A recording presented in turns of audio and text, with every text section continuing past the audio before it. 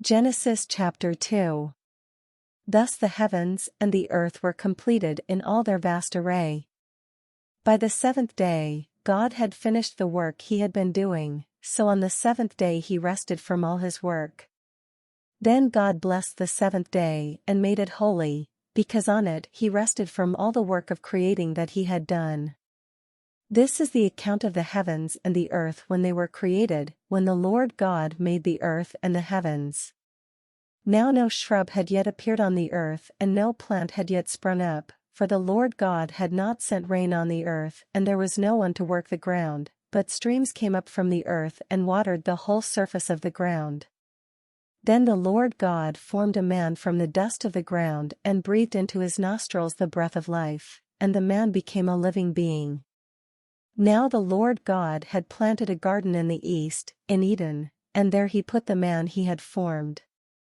The Lord God made all kinds of trees grow out of the ground, trees that were pleasing to the eye and good for food. In the middle of the garden were the tree of life and the tree of the knowledge of good and evil.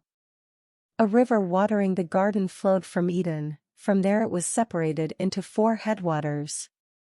The name of the first is the Pishon. It winds through the entire land of Havilah, where there is gold. The gold of that land is good, aromatic resin and onyx are also there. The name of the second river is the Gin, it winds through the entire land of Cush. The name of the third river is the Tigris, it runs along the east side of Ashur. And the fourth river is the Euphrates. The Lord God took the man and put him in the Garden of Eden to work it and take care of it. And the Lord God commanded the man, "You are free to eat from any tree in the garden, but you must not eat from the tree of the knowledge of good and evil, for when you eat from it you will certainly die." The Lord God said, "It is not good for the man to be alone. I will make a helper suitable for him." Now the Lord God had formed out of the ground all the wild animals and all the birds in the sky. He brought them to the man to see what he would name them, and whatever the man called each living creature, that was its name. So the man gave names to all the livestock, the birds in the sky and all the wild animals. But for Adam no suitable helper was found. So the Lord God caused the man to fall into a deep sleep, and while he was sleeping, he took one of the man's ribs and then closed up the place with flesh.